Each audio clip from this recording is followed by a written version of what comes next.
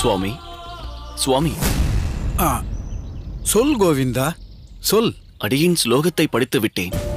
ஆனால் அதற்கு தாங்கள் விளக்கம் சொல்லாமல் அடியேனையே பார்த்து கொண்டிருக்கிறீர்களே, தவறாக ஏதும் வாசித்து விட்டேனா? தவறாகவா? நீயா? அதற்கு வாய்ப்பே இல்லை.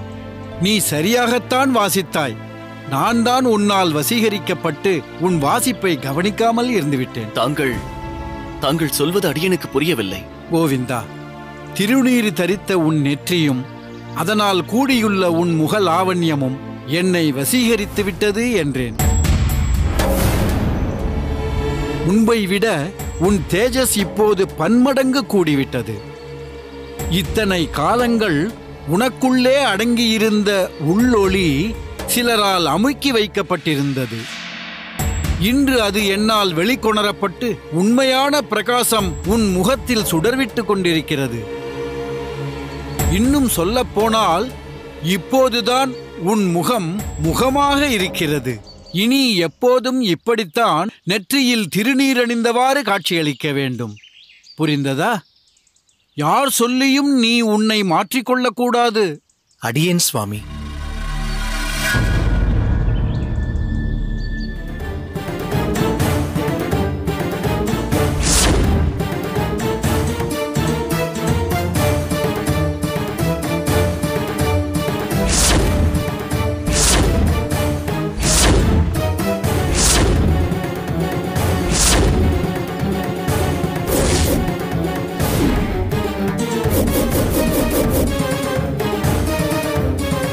வந்துவிட்டாயா? நீ வருவாய் என்று எதிர்பார்த்தேன். என் மனதிற்கு திருப்தி அளிக்கும் வகையில் ஒரு விஷயம் நடந்துவிட்டால் உனக்கு உடனே மூக்கில் வியர்த்து விடுமே. அப்படியெல்லாம் இல்லை சுவாமி. சரி, இப்போது எதற்காக என்னை தேடி வந்தாய்? என்னை தேடி வந்தாயா அல்லது கோவிந்தனை தேடி வந்தாயா? அடியேன் எந்த உள்நோக்கத்துடனும் வரவில்லை. புரிகிறது, புரிகிறது. கோவிந்தன் திருநீறு தரித்திருப்பது உனக்கு பொறுக்கவில்லை. கோவிந்தனிடம் ஏதாவது சொல்லி அவன் மனதை மாற்றிவிடலாம் என்று இங்கு வந்திருக்கிறாய், அப்படித்தானே? அப்படியெல்லாம் இல்லை குருநாதா. கோவிந்தனை மாற்றவும் நினைக்கவில்லை. இனி இவன் விஷயத்தில் அடியேன் தலையிடப் போவதும் இல்லை. ஓ, தலையிட்டால் இனி ஏதும் நடக்காது என்ற முடிவிற்கு நீ வந்துவிட்டாய், அப்படித்தானே?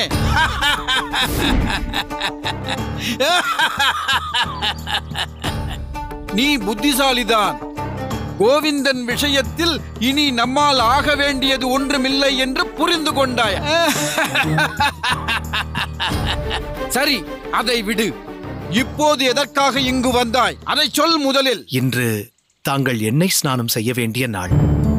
தங்களுக்கு அடியேன் எண்ணெய் தேய்த்து சேவை செய்வித்து பல நாட்கள் ஆகிவிட்டது. அதை இன்று செய்யலாம் என்றுதான் வந்தேன். ஐயோ, எண்ணெய் ஸ்நானமா? வேண்டவே வேண்டாம். அதுவும் நீ எனக்கு எண்ணெய் தேய்ப்பதா? தேகத்தில் உள்ள சூட்டை தணிப்பதற்காக எண்ணெய் தேய்ப்பது வழக்கம். ஆனால் நீ அதை தேய்த்தால் என் உடம்பில் சூடு அதிகமாகிவிடும். ஒரு முறை பட்டதே போதும். உன்னிடம் எண்ணெய் தேய்த்துக் கொள்ள நான் தயாராக இல்லை. சுவாமி, தாங்கள் அன்று நடந்ததை இன்னும் மனதில் வைத்துக் கொண்டு பேசுகிறீர்கள். அதை மறந்து விடுங்கள் சுவாமி. தங்களுக்கு அடியேன் எண்ணெய் தேய்க்கும் சேவையை தவிர்க்க வேண்டாம் சுவாமி. உன்னை மட்டும் நான் தவிர்க்கவில்லை, எண்ணெய் ஸ்நானம் செய்வதையே தவிர்த்து விட்டேன். இனி வாழ்க்கை முழுவதும் எண்ணெய் தேய்த்து ஸ்நானம் செய்வதில்லை என்று முடிவெடுத்து விட்டேன். போதுமா? அவசரப்பட்டு இப்படி ஒரு முடிவை எடுக்க வேண்டாம் குருநாதா. தங்களது வறட்டு இருமல் மீண்டும் தலை தூக்காமல் பார்த்துக் கொள்ள வேண்டுமே. இருமல் தொண்டையில் இருப்பது என்னவோ உண்மைதான்.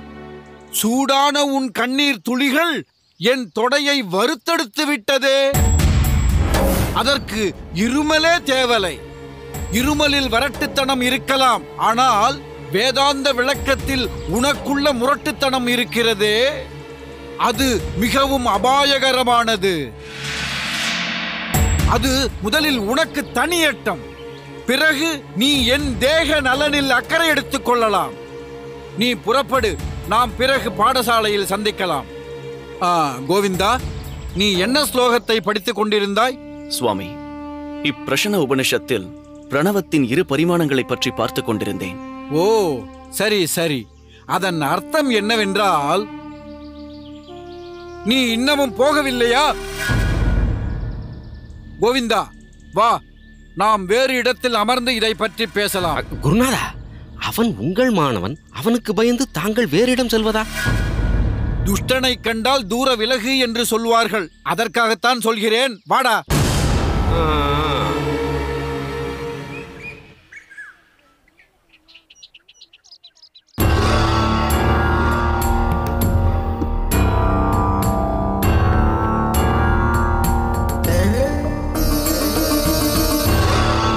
குருநாதா, குருநாதா!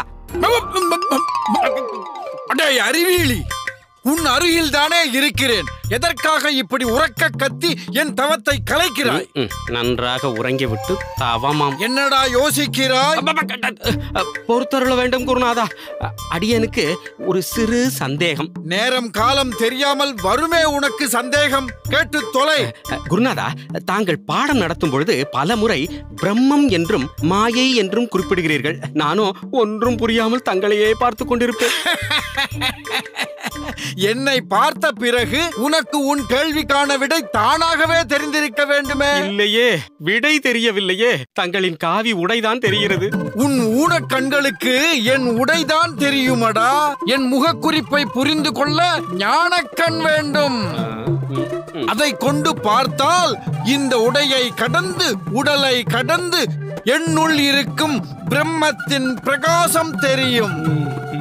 பிறகு பிரம்மமே நான், நானே பிரம்மம் என்பது உனக்கு புரியும். ஏனடா வேப்பங்காயை கடித்தது போல் முகத்தை இப்படி சுளிக்கிறாய்? குருநாதா, மீண்டும் பொறுத்தருள வேண்டும். இந்த மரமண்டைக்கு ஏறும் வகையில் தெளிவாக ஒரு விளக்கத்தை அளித்தருள வேண்டும் குருநாதா. பிரம்மம் எது, மாயை எது? பழிச்சென்று புரியும்படியே சொல்கிறேன். நான் பிரம்மம், நீ மாயை. போதுமா? குருநாதா, என்ன குருநாதா சட்டென்று இப்படி கூறிவிட்டீர்கள்? பிறகப்படி சொல்வது? சரி, உடைத்தே சொல்கிறேன். அனைத்தையும் உணர்ந்து நிறைந்த ஞான பூரண கடலாயிருப்பதுதான் பிரம்மம். அதாவது பூரணமான சச்சிதானந்தம். எனவே அந்த பிரம்மத்திற்கு முழு உதாரணம்தான் இந்த யாதவ பிரகாசன். ஆத்மாவை பற்றிய ஞானம் இல்லாமல் ஒரு மூடனாய் உலக சுகத்தில் ஆழ்ந்து தன் புலன்களை திருப்திப்படுத்துவதையே வாழ்க்கையாக நினைத்துக் கொண்டிருப்பவன் மாயைக்கு உதாரணம். அதுதான் நீ. என்ன கைலாசம்? பிரம்மத்திற்கும் மாயைக்கும் உள்ள வித்தியாசமும் விளக்கமும் இப்போது புரிந்ததா உனக்கு? இப்போதும் ஒரு விஷயம் புரிய மறுக்கின்றது குருநாதா. தண்ணீரில் ஊறிய விறகை வைத்து அடுப்பை பற்ற வைக்க முயற்சித்தால் அது நடக்குமா?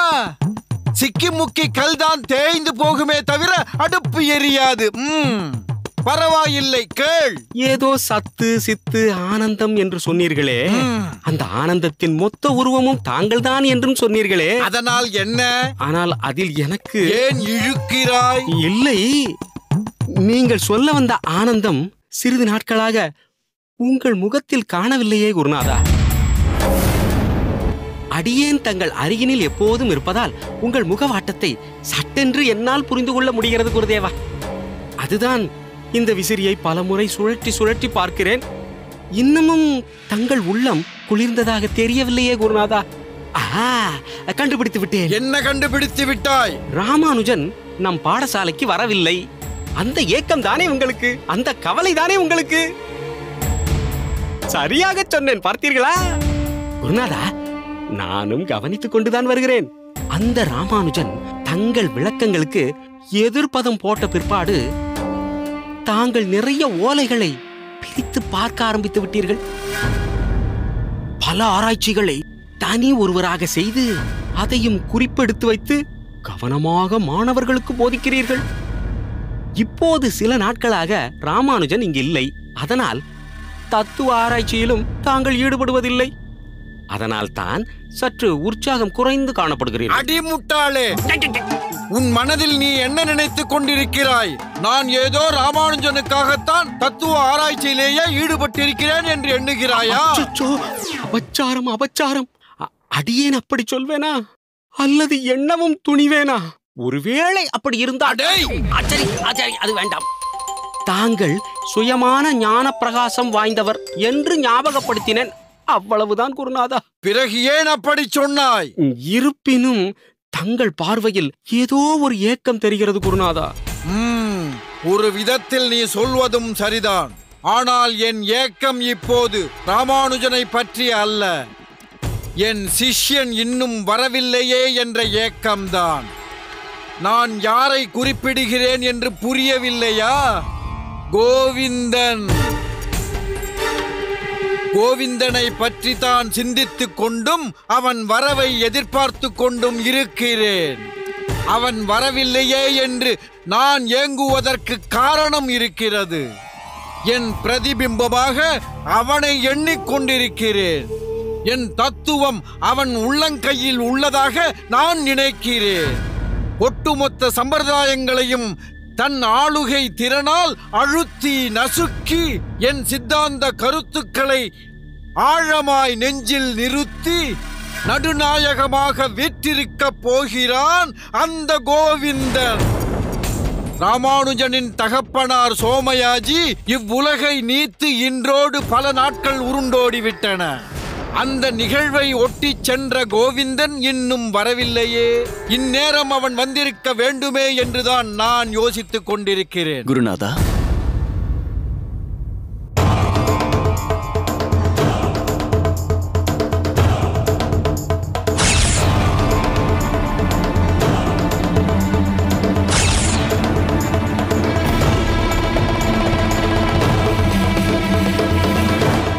வந்தனம் குருநாதா. வந்தனம் எல்லாம் இருக்கட்டும். இது என்ன கோலம்? ஏன் உன் நெற்றியில் மீண்டும் பழைய குறியீடுகள்? சொல். என் சொல்லை மீறி இப்படி ஒரு தோற்றத்தோடு என் எதிரில் வந்து நிற்க எப்படி உனக்கு துணிச்சல் வந்தது? சுவாமி, அடியேன் சொல்வதை சற்று கனிவுடன் கேட்டுக்கொள்ள வேண்டும். அடியனுக்கு ஏற்பட்டுள்ள சில நிர்பந்தங்கள் தான் அடியனின் இன்றைய நிலைக்கு காரணம். என்ன உன் நிர்பந்தம்? குருதேவா, அடியேனின் சம்பிரதாய வழக்கப்படி திருமண்ணையும் ஸ்ரீசுரணத்தையும் தரித்து வந்த அடியேன் தங்களின் சித்தாந்த தத்துவத்தால் ஈர்க்கப்பட்டு எந்த திருச்சின்னங்களையும் தரிக்காமல் சில காலம் இருந்தேன். பிறகு தங்கள் ஆணைப்படி திருநீற்றை தரித்துக் கொண்டேன். இருப்பினும் அடியனின் குடும்பத்தாரை சந்திப்பதையோ அண்ணன் ராமானுஜர் மற்றும் சக சொந்த பந்தங்களை காண்பதையோ தவிர்க்க முடியாதல்லவா? தங்களின் விருப்பப்படி திருநீற்றை தரித்து அவர்களை சந்திப்பது, உரையாடுவது என்பது அடியனுக்கு பல தர்ம சங்கடங்களை ஏற்படுத்துகிறது. மேலும் இது சம்பந்தமாக அவர்கள் தொடுக்கும் கேள்விகளை எதிர்கொள்வது மிகுந்த சிரமத்தை கொடுக்கிறது. இவ்விஷயம் அனைவருக்கும் ஒரு பிரச்சனை பொருளாக விவாதிக்க அடியேன் ஒரு காரணமாகிவிட்டேன் என்ற நிலைமை இருக்கிறது. இதை மேலும் பெரிதாக்க வேண்டாம் என்ற சங்கல்பத்தில்தான் பழையபடி திருமண் ஸ்ரீசூரணத்தை தரித்துக் கொண்டிருக்கிறேன் குருநாதா. ஆனால் உள்ளத்திற்குள் தாங்கள் ஏற்படுத்திய மாற்றம் இன்னும் நிலை கொண்டுதான் இருக்கிறது குருநாதா. தங்களின் அந்த சித்தாந்தப்படிதான் அடியேன் செயல்பட்டுக் கொண்டிருக்கிறேன். ஆகவே நெற்றியில் உள்ள சின்னங்களால் தாங்கள் அடியேனை வேறு விதமாக நினைக்க வேண்டாம் சுவாமி. என்ன நினைக்க வேண்டாம்? குருநாதரையும் கைலாசம், நீ குறுக்கே மூக்கை நுழைக்காதே. கோவிந்தன் சொல்வதில் நியாயம் இருக்கிறது. அதற்கு மதிப்பு கொடுத்துத்தான் ஆக வேண்டும். சரி கோவிந்தா, உன் பெரியப்பாவை இழந்த துக்கம் உன் கண்களில் தெரிகிறது. நீ இன்று முழுவதும் ஓய்வு எடுத்துக்கொள். நாளை பாட சம்பந்தமான விஷயங்களில் இறங்கலாம். நீ செல். உத்தரவு குருநாதா. என்ன குருநாதா, அவனை கண்டித்து பழையபடி திருநீரை தரிக்கச் சொல்வீர்கள் என்று பார்த்தால்? உன் மந்த புத்திக்கு புரிந்தது அவ்வளவுதான் கைலாசம். நான் வேறு விதமாக யோசிக்கிறேன். நெற்றியில் இப்போது அவன் தரித்திருப்பது வைணவ குறியீடுகள். ஆனால் வாயால் உரைக்கப் போவது என் சித்தாந்த தத்துவ கருத்துக்கள்.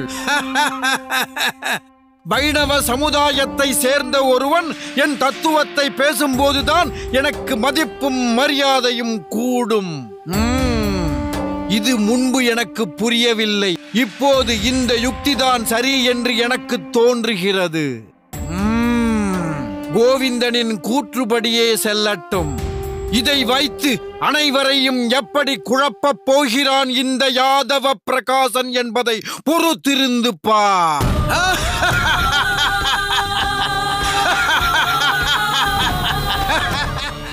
சுவாமி, தங்களை தரிசிப்பதற்காக திருக்கச்சி நம்பி சுவாமிகள் வந்திருக்கிறார்.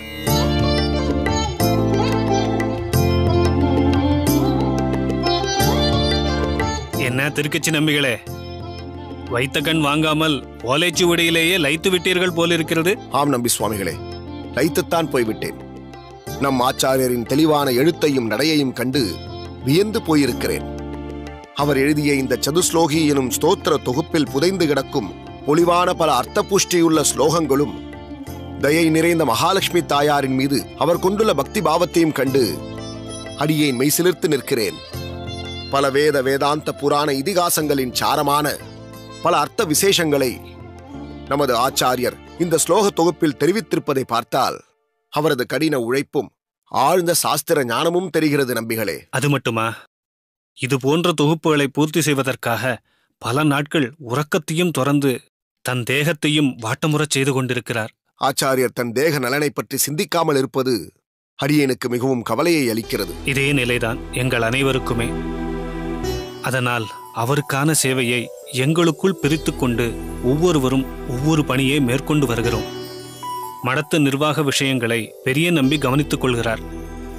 ஆச்சாரியரின் ஆகார நியமங்களை மலராண்டானும் மாரநேர நம்பியும் கவனித்துக் கொள்கிறார்கள். வெளியிலிருந்து ஆக வேண்டிய சில சரீர கைங்கரியங்களையும் மாரநேர நம்பியை இழுத்து போட்டுக்கொண்டு செய்து வருகிறான். ஆச்சாரியர் புதிதாக எழுதப்போகும் பல தொகுப்புகளுக்கு ஏதோ அடியேனால் இயன்ற குறிப்புகளை சேகரித்து அவருக்கு கொடுத்து கொண்டிருக்கிறேன். கோயில் கைங்கரியங்களை அரையரும் தெய்வவாரியும் கவனித்து வருகிறார்கள். ஒப்பற்ற நம் ஆச்சாரியருக்கு செய்யும் சேவையில் நாம் நம்மை எவ்வளவு ஈடுபடுத்திக் கொண்டாலும் தகும். அதில் ஒரு ஆத்ம திருப்தியும் இனம் புரியாத ஒரு சந்தோஷமும் ஏற்படுகிறது. உன்னை பார்த்ததில் அடியேனுக்கும் மிகவும் சந்தோஷம் திருக்கச்சி.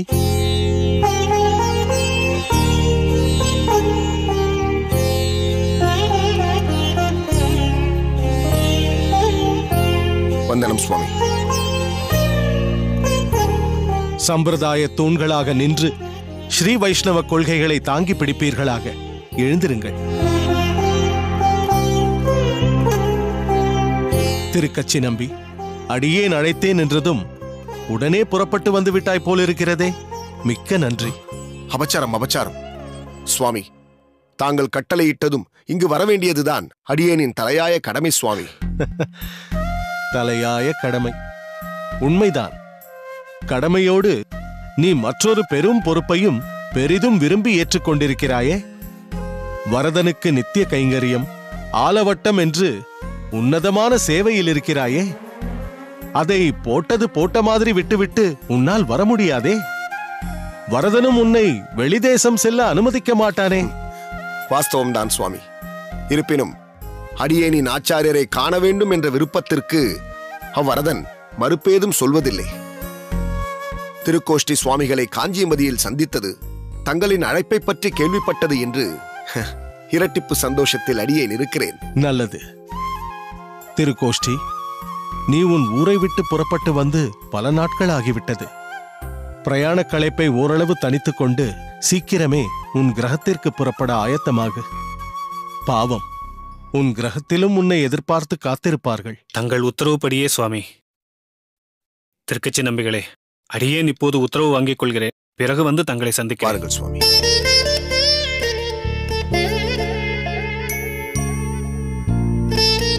திருக்கச்சி, உன்னிடம் சில விஷயங்களை பற்றி பேச வேண்டும். உட்கார்.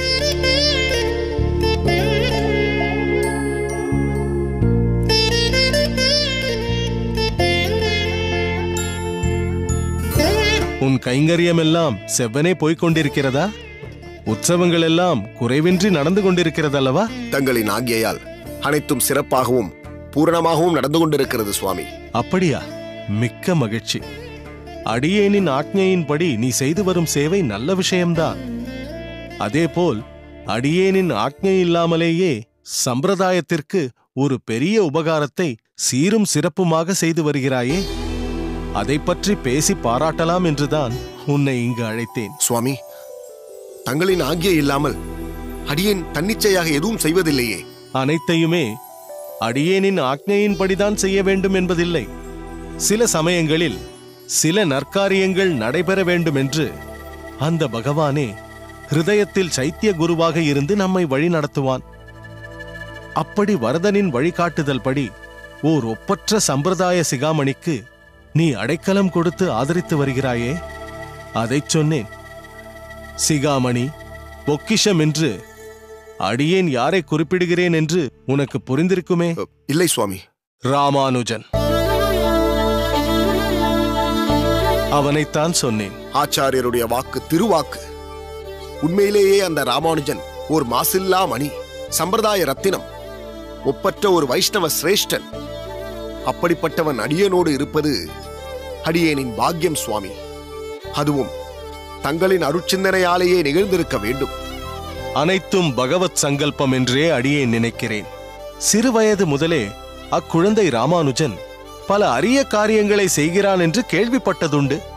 இருப்பினும் சமீபத்தில் திருமலை நம்பி மூலம் யாதவ பிரகாசரின் பாடசாலையில் நடந்த ஒரு நிகழ்வை பற்றி அறிந்தேன். கப்யாசம் புண்டரீகம் என்ற உபனிஷத வாக்கியத்திற்கு வசிஷ்டாத்வைத்த பரமாக தகுந்த வகையில் ஒரு உன்னதமான, இதுவரை யாரும் யோசித்தறியாத, அதே சமயத்தில் மிகவும் பொருத்தமான ஒரு விளக்கத்தை அளித்தான் ராமானுஜன் என்று கேள்விப்பட்டதிலிருந்து அடியேனின் மனம் அடியேன் வசத்தில் இல்லை. அந்த பொக்கிஷத்தை காண வேண்டும் போல் அவனை எண்ணியே அடியேனின் மனம் ஓடுகிறது. ஒருபுறம் வரதன், ஒருபுறம் ராமானுஜன் என்று நீ வாழும் இருப்பை அடியேன் என்னவென்று புகழ்வது? நிச்சயம் மிகப்பெரிய கொடுப்பினை உடையவன் நீ. அனைத்தும் தங்களின் அருளே சுவாமி. தங்களின் அனுகிரகம் இல்லை என்றால் அடியேனுக்கு ஏது இப்படி ஒரு கதி? ஆனால் விதி வலுவாக தாக்காமல் இருக்க வேண்டும். அந்த சிரோன்மணிக்கு யாதவ பிரகாசரால் தீங்கு ஏதும் ஏற்பட்டு விடாமல் நீதான் பாதுகாப்பாக இருக்க வேண்டும். ராமானுஜன் கொடுத்த விளக்கத்தால் யாதவர் நிச்சயம் நிலைகுலைந்து போயிருப்பார். அவர் விபரீதமாக ஏதாவது இடைஞ்சலை ராமானுஜனுக்கு செய்துவிடாமல் இருக்க வேண்டுமே. இதுவரை அப்படி ஒன்றும் ஏற்பட்டதாக தெரியவில்லை சுவாமி. காரணம், அச்சம்பவம் நடந்து சில நாட்கள் ஓடிவிட்டனவே. இருப்பினும் அலட்சியப்படுத்திவிட முடியாது. அடிபட்ட பாம்பாக இருக்கும் யாதவர் என்றாவது ஒரு நாள் பலமாக சீருவார். ராமானுஜனுக்கு எந்த ஆபத்தும் நேராமல் இருக்க வேண்டும். தாங்கள் சொல்வதும் வாஸ்தவம்தான் சுவாமி. ராமானுஜனை பாதுகாப்பாக இருக்கும்படி சொல்கிறேன். அதைத்தான் அடியேனும் சொல்ல வந்தேன். நீங்கள் அத்தனை பேரும் ராமானுஜனை பற்றி தெரிவித்த பல கருத்துக்களின்படி அவன் வலியச் சென்று யாரையும் விரோதிப்பவனாக தெரியவில்லை. அதே சமயத்தில் நம் சம்பிரதாயத்திலும் சாஸ்திரங்களிலும் சமுதாய மேம்பாட்டு சிந்தனையிலும் ஆழ்வார்களின் அருளிச் செயல்களான திராவிட தமிழ் வேத திவ்ய பிரபந்தங்களிலும் மிகவும் ஊக்கம் உடையவனாகவும், அதற்கு விருத்தமாக குதர்க்கமாக யார் பேசினாலும் வெகுண்டெழுபவனாகவும் இருக்கிறான் அந்த ராமானுஜன் என்பது மட்டும் தெளிவாக புலனாகிறது. அதுவே அவனை நேரே சந்திக்க வேண்டும் என்ற ஆவலையும் தூண்டுகிறது. உத்தரவிடுங்கள் சுவாமி. உடனே அதை அடியேன் ராமானுஜனிடம் தெரிவிக்கிறேன். அவனும் தங்களை பற்றி பல முறை பல கேள்விகளை கேட்டிருக்கிறான். தங்களை காண வேண்டும் என்ற ஆவலோடும் இருக்கிறான்.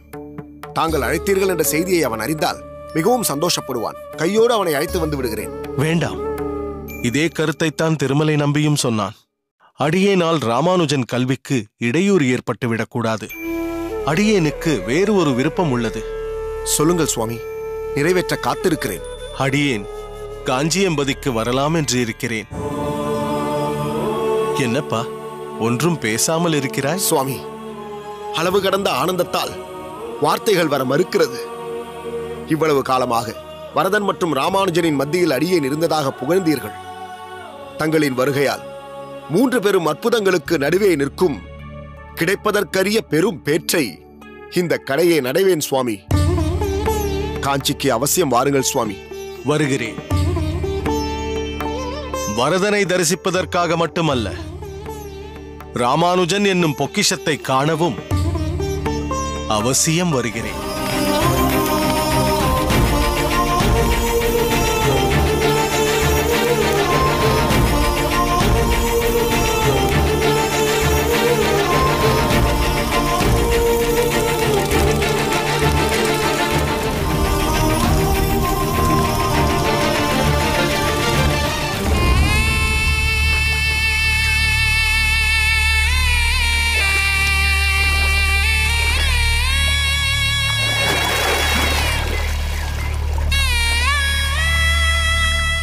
அண்ணா,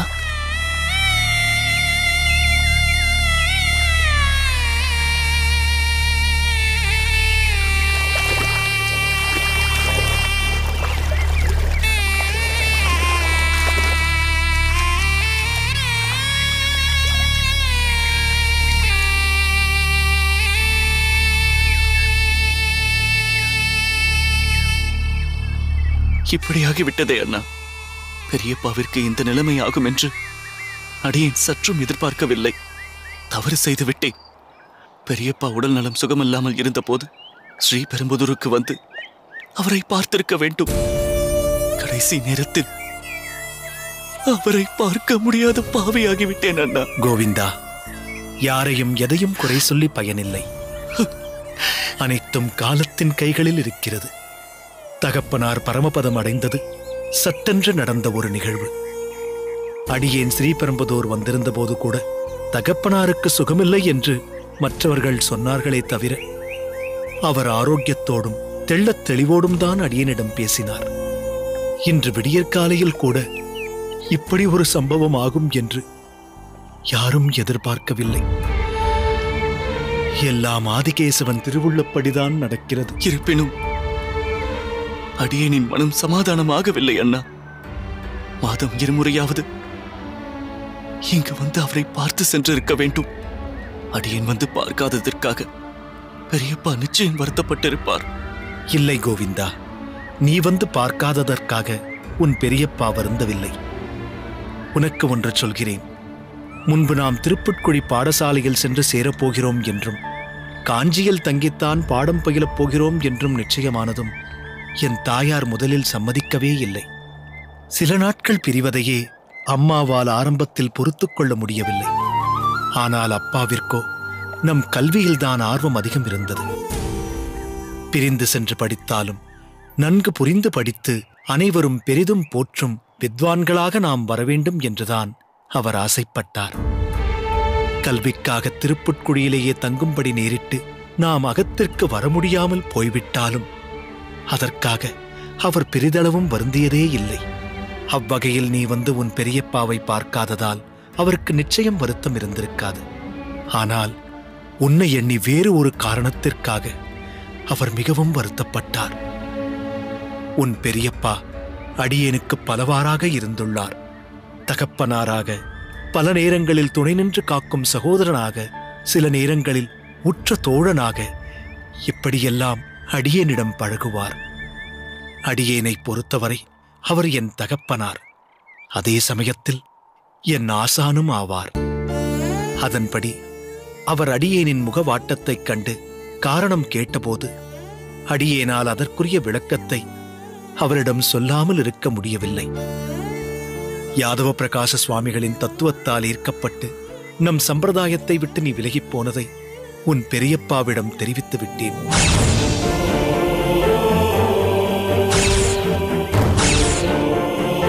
நீ இப்போது அதிர்ச்சியாகிறாயே, இதைப்போல் பல மடங்கு அதிர்ச்சிக்கு அவர் உள்ளானார். நீ மற்றொரு விஷயத்தை அறிந்தால் மிகவும் வருத்தப்படுவாய்.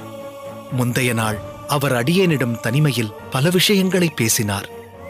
என் நிலையிலும் அம்மாவை கைவிட்டு விடாதே, என்மேல் அவளுக்கு பாசம் அதிகம் என்றும் இன்னும் பலரிடம் அடியேனுடைய அணுகுமுறை எப்படி இருக்க வேண்டும் என்றும் பலபடியாக அறிவுரை கூறினார். அதில் முக்கியமாக உன்னை பற்றியும் சில விஷயங்களை அடியேனிடம் பரிமாறினார். சம்பிரதாய விஷயங்களில் உன்னுடைய மனமாற்றங்கள் உண்மைதானா? கோவிந்தனா இப்படி மாறிவிட்டான் என்று பலவாறு கேட்டு ஆதங்கப்பட்டார். பிறகு அடியேனிடம் என் நிலையிலும் உன்னை கைவிட்டுவிடக் கூடாது என்றும் நிச்சயம் ஒரு நாள் உன் குழப்ப நிலை நீங்கி நம் சம்பிரதாயத்திற்கு திரும்பி வருவாய் என்றும் அதற்கான முயற்சிகளை அடியேனை எடுக்கும்படி வலியுறுத்தி கேட்டுக்கொண்டார். அடியேனும் சீக்கிரமே உன்னை பழையபடி வைணவ சித்தாந்தத்தில் நிலைநிறுத்தி அவர் முன் கொண்டு வந்து நிறுத்துகிறேன் என்று ஆறுதல் சொன்னேன். ஆனால் அது நடைபெறாமலும் அதை அவர் காணாமலும் இந்த உலகை விட்டு சென்று விட்டார். கோவிந்தா, உன்னிடம் இப்போது ஸ்பஷ்டமாக தெரிவிக்கிறேன், இனி உன்னை எவ்விதத்திலும் கட்டுப்படுத்த மாட்டேன். உன் வழியில் குறுக்கிடவும் மாட்டேன். ஆனால் ஒன்று, சம்பிரதாயத்தில் மிகுந்த ஊக்கத்துடனும் நம்மிடம் அதே எதிர்பார்ப்புடனும் இருந்த உன் பெரியப்பாவின் ஆத்மா நீ எப்போது மனத்தால் ஆழ்ந்து விரும்பி வைணவ சித்தாந்தத்தில் ஈடுபடுகிறாயோ அப்போதுதான் திருப்தி அடையும். உன் பெரியப்பாவின் மனக்குறையில் மாற்றம் ஏற்பட வேண்டும் என்று நீ நினைத்தால் உன்னிடம் மாற்றம் ஏற்பட வேண்டும். அதில் மட்டும் எந்த மாற்றமும் இல்லை. அதை நன்றாக நினைவில் வைத்துக்கொள். வருகிறேன்.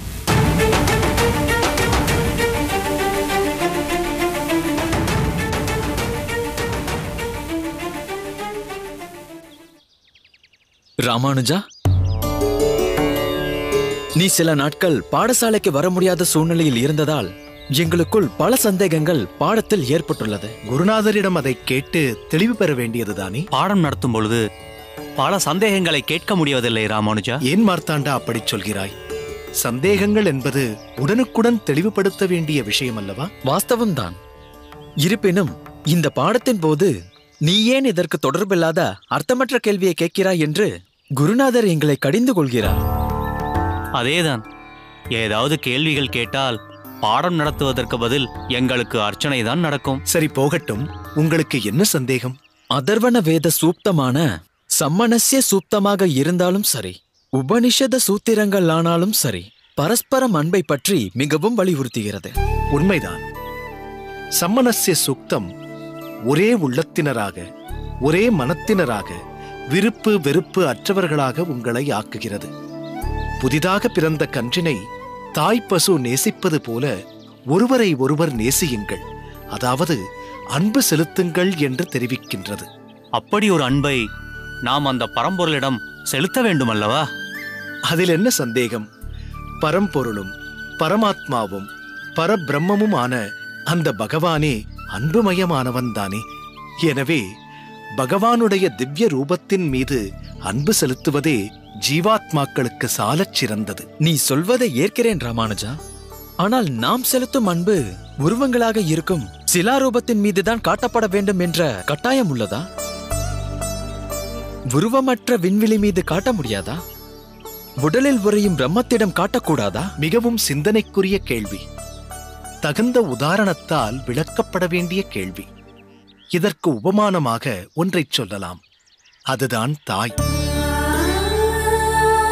தாயானவள் தன் பிள்ளைகளிடத்தில் வாத்சல்யமான அன்பைச் செலுத்துகிறாள். அப்படி அவள் தன் அன்பை பிள்ளைகளின் உருவத்தின் மீதுதானே காட்டுகிறாள். அங்கங்களின் மூலமாக அல்லவா அன்புக்கு உருவம் கொடுக்கிறாள். நாமும் அந்த பரஸ்பர அன்பை அந்த தாயின் உருவத்திற்குத்தானே கொடுக்க முடியும். அவள் பொழியும் அன்பிற்கு பிரதிபலனாக தாயின் உடலுக்குத்தானே நாம் சிசுருஷைகளை செய்ய முடியும். நீ சொல்வதை பார்த்தால் பரம்பொருளின் திருவுருவத்தின் மீது அன்பு செலுத்துவதுதான் சரியான முறை என்கிறாயா? சரியான முறை மட்டுமல்ல, ஜீவாத்மா பிறப்பு இறப்பு எனும் கர்ம பந்தத்திலிருந்து கரை சேர பகவானின் திருவுருவுக்கு அன்பும் பக்தியும் செலுத்துவதே சாதகமான முறையும் கூட. இது அடியேனின் கருத்தல்ல, ஆழ்வார்கள் ஆச்சாரியர்களின் கருத்து. பல திவ்ய தேசத்து எம்பெருமான்களையும் சேவித்து உணர்வு பூர்வமாக அனுபவபூர்வமாக அவர்கள் காட்டிய வழிமுறைதான் பகவானை நாம் அர்ச்சா விக்கிரக ரூபத்தில் வழிபாடு செய்வது மற்றும் அவ்வுருவத்தில் நம் ஆத்மாவையே சமர்ப்பணம் செய்வது.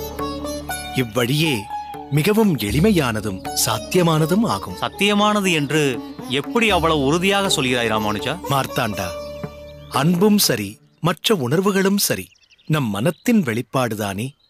அவ்வகையில் மனம்தான் முக்கிய பங்கு வகிக்கிறது. அது ஒருநிலைப்பட்டு ஏகாந்த சிந்தனையில் லயிக்க உருவம் ஒரு கருவியாகிறது. அந்த உருவு மந்தஹாசமும் நமக்கு அபயமளிக்கும் விதத்திலும் தினமும் சேவித்தாலும் தெவிட்டாத ஆறா அமுதமாகவும் இருக்கும் பட்சத்தில் நம் மனம் அந்த திவ்ய மங்கள மந்திரபூர்வமான விக்கிரக ரூபத்தில் லயித்துப் போகிறது. குறிப்பிட்ட ஒரு உருவத்தில் லயிக்காத மனம் சஞ்சலத்தில் பல எண்ணங்களுக்கு ஆட்படுகிறது. எது இலக்கு என்றே அறியாமல் உருவமற்றது என்ற ஒரு அனுமானத்தில் குழப்பத்துடன் சஞ்சரித்துக் கொண்டிருக்கிறது. உன்னதமான சாஸ்வதமான பகவானின் பரமபதத்தை அடைய தாமதமும் செய்துவிடுகிறது. பகவானின் திவ்ய ரூபத்தின் மீது நமக்கு நம்பிக்கை ஏற்படும் போது நாம் சென்றடைய வேண்டியவர், சென்றடைய வேண்டிய இடம் இரண்டும் தெளிவாக புரியும்.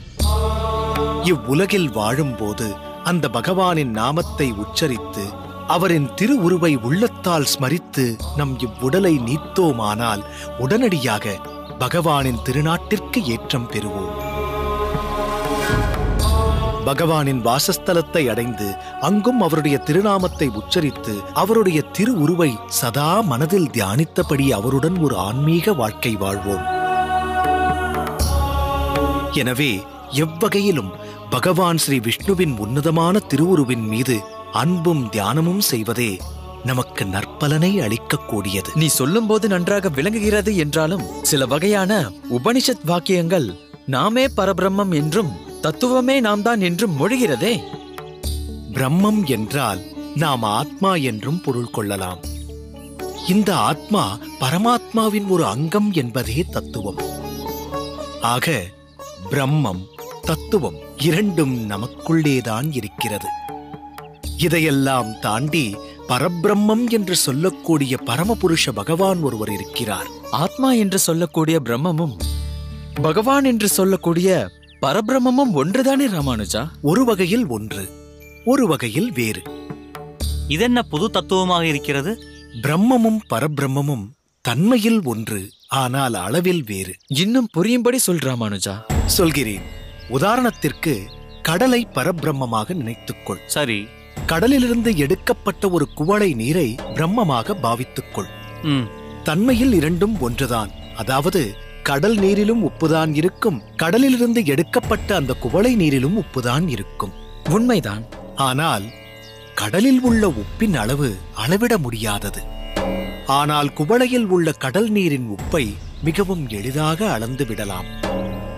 இதைத்தான் தன்மையில் ஒன்று அளவில் வெவ்வேறு என்று சொல்ல வந்தேன்.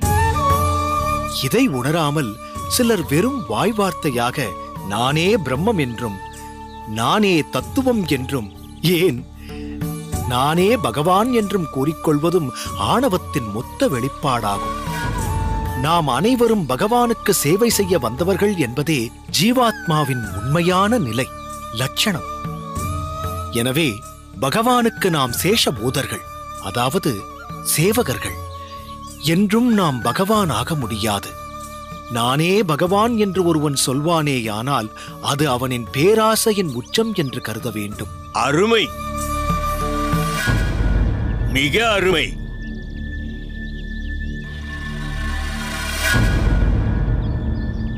வந்தனம் குருநாதா. வந்தனம் குருநாதா. இருக்கட்டும் இருக்கட்டும். என்ன ராமானுஜா, இவ்விடம் இனி யாதவ பிரகாச சுவாமிகளின் மடம் என்று இல்லாமல் ராமானுஜன் மடம் என்று ஆக்கிவிட பார்க்கிறாயா? அபச்சாரம் சுவாமி, அபச்சாரம். அடியேனுக்கு அப்படியெல்லாம் ஒரு எண்ணம் கிஞ்சித்தும் கிடையாது சுவாமி. எனக்கு அப்படி தெரியவில்லையே. உன் வாய்தான் அப்படி சொல்கிறது. உள்ளம் வேறு விதமாக இருக்கிறதோ என்று எனக்கு தோன்றுகிறது. அப்படியெல்லாம் இல்லை சுவாமி. அடியேன் ஒரு வித்தியார்த்தி, அவ்வளவுதான். போதும் உன் பிரசங்கம். இல்லை இல்லை, அதிக பிரசங்கம். இதுவரை நீ பேசியதை கவனித்துக் கொண்டுதான் இருந்தேன். நீ ஒரு வித்தியார்த்தி போல பேசவில்லையே. ஏதோ ஒரு ஆசானாக பாவித்துக் கொண்டு தத்துவங்களை வாரி வாரி வழங்குகிறாய். என்ன கீர்த்திவாசா, மார்த்தாண்டா, நீங்கள் இருவரும் இவருக்கு சீடர்களாகி விட்டீர்களோ? இவரது புதிய தத்துவத்திற்கு ஆட்பட்டு விட்டீர்களோ? அச்சச்சோ, அப்படியெல்லாம் இல்லை குருநாதா. அப்படியா? சற்று இங்கேயே இருங்கள். இன்னும் சற்று நேரத்தில் யாதவ பிரகாச சுவாமிகள் இங்கே வருவார். அவரிடம் சொல்லிவிடுங்கள். நாங்கள் சென்று வருகிறோம் குருநாதா. ராமானுஜா. அடியேன் தாசன். அடியனும் இல்லை, தாசனும் இல்லை. நீ ஆசானுக்கெல்லாம் ஆசான். நீ சொல்வது அப்படித்தானே இருக்கிறது. ஒன்றை மனதில் வைத்துக்கொள் ராமானுஜா. இங்குள்ள மாணவர்களுக்கு சந்தேகம் வரத்தான் செய்யும். ஆனால் அதை நிவர்த்தி செய்யப் போகிறவர் நீ அல்ல. இங்குள்ள ஆசானுக்கெல்லாம் ஆசான் யாதவ பிரகாச சுவாமிகள்தான். அதை நீ முதலில் தெரிந்து கொள்ள வேண்டும். நீ உன் சொந்த கருத்தை எல்லாம் இங்கு தெரிவித்துக் கொண்டிருக்க கூடாது. புரிகிறதா? சுவாமி, அடியேன் தெரிவித்ததில் அடியேனின் சொந்த கருத்து என்று எதுவும் இல்லை. அனைத்தும் சாஸ்திரத்தில் உள்ளதுதான், சான்றோர்களால் தெரிவிக்கப்பட்டதுதான். அடியேன் விரோதமாக எதை தெரிவித்தேன் என்று சொன்னீர்கள் என்றால் நிச்சயம் அதை விளக்க ஆயத்தமாக இருக்கிறேன் சுவாமி. போதும் போதும் உன் விளக்கம். எப்போது நீ யாதவ பிரகாச சுவாமிகளுக்கே விளக்கம் கொடுத்தாயோ அப்போதே நான் முடிவு கட்டிவிட்டேன். உன்னிடம் தேவையில்லாமல் தர்க்கம் செய்ய வேண்டாம் என்று. நான் சொல்ல வந்தது இதுதான். உன் சொந்த கருத்தை எல்லாம் பாடசாலைக்கு வெளியே எங்கு வேண்டுமானாலும் வைத்துக்கொள். பல பேர் உன் கருத்தை வேண்டி விரும்பி கேட்கலாம். அடியேன் பல பேரிடம் தத்துவ உபதேசம் செய்யும் அளவிற்கு துணியவில்லை சுவாமி. அடியேன் உரைப்பதை கேட்கும் ஒரு சிலரில் யாராவது ஒருவர் தத்துவத்தை உணர்ந்து மாறினாலும் அடியேன் பெரிதும் உகப்பேன். ஓ, அப்படியென்றால் நீ மாற்றத்தை ஏற்படுத்த பார்க்கிறாயோ? நீ மாறவில்லை. தகப்பனாரின் காரியமெல்லாம் நடந்து முடிந்த பிறகு நீ மாறியிருப்பாய் என்று நினைத்தேன். நீ மாறவே இல்லை. அப்படியே பழைய ராமானுஜனாகத்தான் இருக்கிறாய். தவறு ராமானுஜா, மிகவும் தவறு. மாற்றத்தை ஏற்படுத்த பார்க்கிறாயே, உன் நிலைமை எப்படியெல்லாம் மாறப்போகிறது என்று போக போக நீ புரிந்து கொள்வாய்.